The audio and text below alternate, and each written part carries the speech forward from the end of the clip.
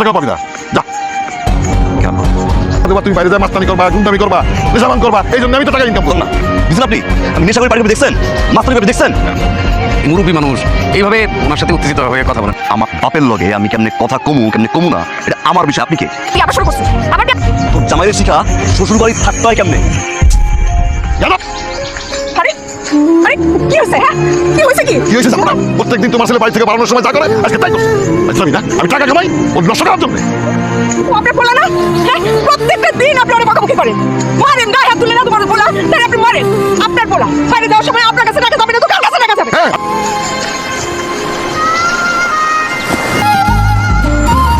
আইসো আও না, বউ না আও।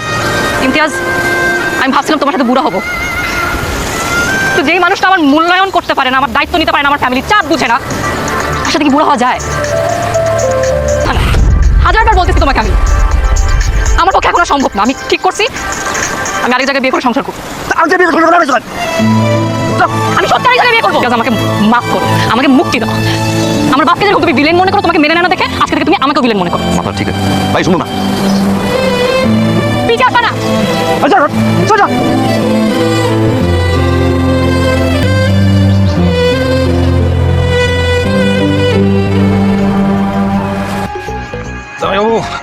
কেমন যায় দিনখান?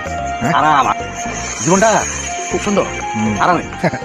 আরামেই তো, চাকরি বাকরি করলে তো আরামই হয় ভাই। কিসের চাকরি? এই যে চাকরি না করলে মাসের সাথে বেতন তো ঠিকই পান।